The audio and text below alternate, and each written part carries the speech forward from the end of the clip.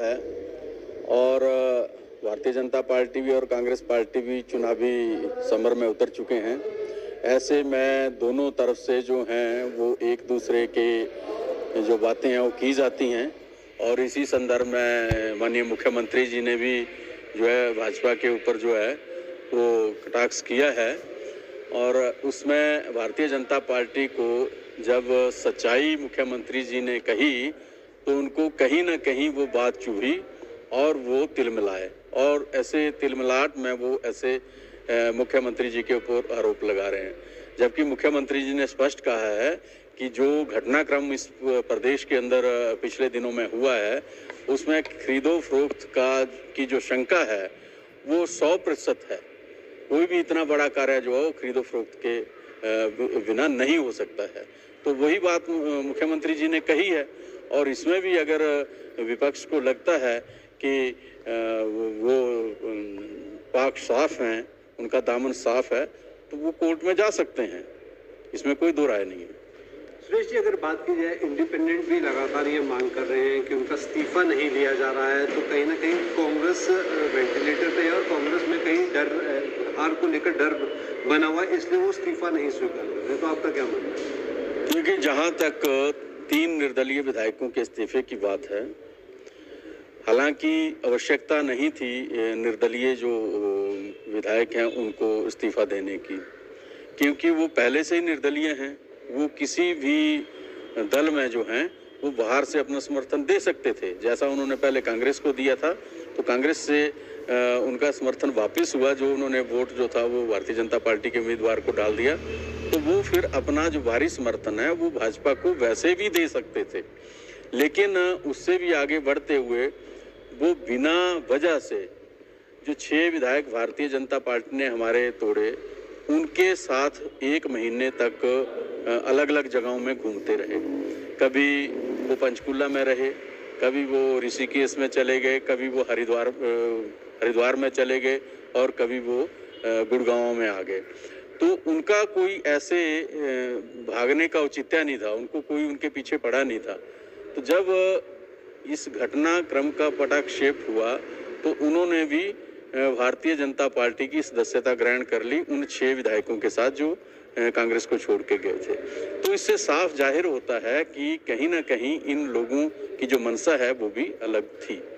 ऐसे में उन्होंने अपना त्यागपत्र जो है वो माननीय अध्यक्ष विधानसभा को दिया है। अब विधानसभा अध्यक्ष जो है उसका निरीक्षण कर रहे हैं, जो भी कानून है उसके दायरे में वो उसका विश्लेषण कर रहे हैं और जो सही होगा वो उसको करेंगे। लेकिन इतना अवश्य है कि प्रदेश की जनता के मन में शंका हुई है कि आखिर इन 3 लोगों का जो त्यागपत्र देना है उसके पीछे क्या वजह है, ये शंका पूरे प्रदेश में बनी हुई है। जो चुनाव प्रचार अभियान है वो कांग्रेस पार्टी का आरंभ हो चुका है। रही बात उम्मीदवार उतारने की, वो हमारे उम्मीदवार भी लगभग तय हैं। आज भी हमारी बैठक है, कल भी बैठक है, उसमें वो उनकी घोषणा कर दी जाएगी, क्योंकि कांग्रेस पार्टी का जो उम्मीदवार तय करने का जो प्रोसेस है वो एक प्रक्रिया है और उस प्रक्रिया से कांग्रेस गुजर रही है। बहुत जल्द जो उसकी लिस्ट निकाल दी जाएगी। जहाँ तक विधानसभा के उपचुनावों की बात है तो भारतीय जनता पार्टी के पास तो जो 6 कांग्रेस के विधायक यहाँ से छोड़ के गए या भाग के गए, उनके पास तो उनको टिकट देनी थी, उनकी तो मजबूरी थी उनको टिकट देना, तो उनको तो कोई ऐसा विकल्प ढूंढना नहीं था, तो उन्होंने उनकी घोषणा कर दी। जबकि कांग्रेस पार्टी को विधानसभा के उपचुनावों के लिए भी उसी प्रक्रिया से गुजरना है और वो प्रोसेस जारी है। फील्ड का सर्वे किया जा रहा है और सर्वे में जो बेहतर होगा वो तो टिकटों की घोषणा हमारी तरफ से कर दी जाएगी। और इतना ज़रूर है कि प्रदेश की जनता अब ठाकुर सुखविंदर सिंह सुक्खू जी को और मजबूत करना चाहती है। जो घटनाक्रम पीछे हुआ उसको देखते हुए ये 6 की 6 सीटें जो हैं प्रदेश की जनता कांग्रेस पार्टी की झोली में डालना चाहती है, ये बात निश्चित है।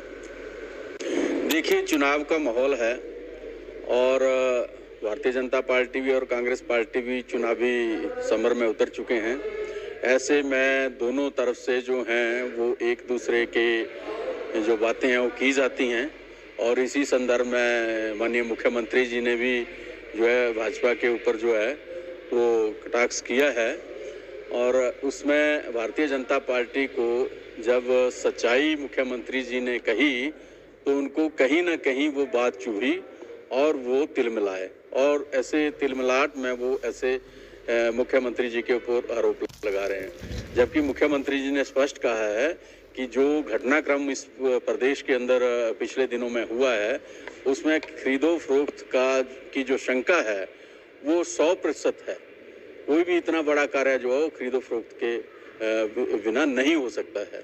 तो वही बात मुख्यमंत्री जी ने कही है और इसमें भी अगर विपक्ष को लगता है कि वो पाक साफ हैं, उनका दामन साफ है, तो वो कोर्ट में जा सकते हैं, इसमें कोई दो राय नहीं है। सुरेश जी, अगर बात की जाए इंडिपेंडेंट भी लगातार ये मांग कर रहे हैं कि उनका इस्तीफा नहीं लिया जा रहा है, तो कहीं ना कहीं कांग्रेस वेंटिलेटर पे है और कांग्रेस में कहीं डर, हार को लेकर डर बना हुआ है, इसलिए वो इस्तीफा नहीं स्वीकार कर रहे। तो आपका क्या मानना है? क्योंकि जहाँ तक 3 निर्दलीय विधायकों के इस्तीफे की बात है, हालांकि आवश्यकता नहीं थी निर्दलीय जो विधायक हैं उनको इस्तीफा देने की, क्योंकि वो पहले से ही निर्दलीय हैं। वो किसी भी दल में जो हैं वो बाहर से अपना समर्थन दे सकते थे, जैसा उन्होंने पहले कांग्रेस को दिया था तो कांग्रेस से उनका समर्थन वापस हुआ, जो उन्होंने वोट जो था वो भारतीय जनता पार्टी के उम्मीदवार को डाल दिया, तो वो फिर अपना जो भारी समर्थन है वो भाजपा को वैसे भी दे सकते थे। लेकिन उससे भी आगे बढ़ते हुए वो बिना वजह से जो 6 विधायक भारतीय जनता पार्टी ने हमारे तोड़े, उनके साथ 1 महीने तक अलग अलग जगहों में घूमते रहे। कभी वो पंचकुला में रहे, कभी वो ऋषिकेश में चले गए, कभी वो हरिद्वार में चले गए और कभी वो गुड़गांव में आ गए। तो उनका कोई ऐसे भागने का औचित्य नहीं था, उनको कोई उनके पीछे पड़ा नहीं था। तो जब इस घटनाक्रम का पटाक्षेप हुआ तो उन्होंने भी भारतीय जनता पार्टी की सदस्यता ग्रहण कर ली उन 6 विधायकों के साथ जो कांग्रेस को छोड़ के गए थे। तो इससे साफ जाहिर होता है कि कहीं ना कहीं इन लोगों की जो मंशा है वो भी अलग थी। ऐसे में उन्होंने अपना त्याग पत्र जो है वो माननीय अध्यक्ष विधानसभा को दिया है। अब विधानसभा अध्यक्ष जो है उसका निरीक्षण कर रहे हैं, जो भी कानून है उसके दायरे में वो उसका विश्लेषण कर रहे हैं और जो सही होगा वो उसको करेंगे। लेकिन इतना अवश्य है कि प्रदेश की जनता के मन में शंका हुई है कि आखिर इन 3 लोगों का जो त्याग पत्र देना है उसके पीछे क्या वजह है, ये शंका पूरे प्रदेश में बनी हुई है। जो चुनाव प्रचार अभियान है वो कांग्रेस पार्टी का आरंभ हो चुका है। रही बात उम्मीदवार उतारने की, वो हमारे उम्मीदवार भी लगभग तय हैं। आज भी हमारी बैठक है, कल भी बैठक है, उसमें वो उनकी घोषणा कर दी जाएगी।